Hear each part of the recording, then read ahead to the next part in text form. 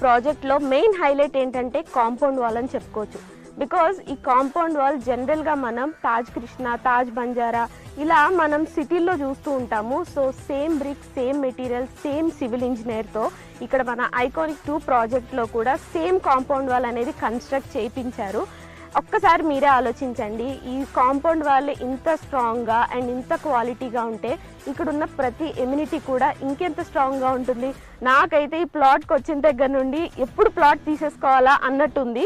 And also Hyderabad real ఎస్టేట్లోనే for the first time ఇంత strong compound wall అనేది, ఇక్కడున్న ప్రతిదీ కూడా అంతే సేఫ్ ఉంటుంది, అంతే సెక్యూర్డ్ ఉంటుంది, అంతే క్వాలిటీ ఉంటుంది.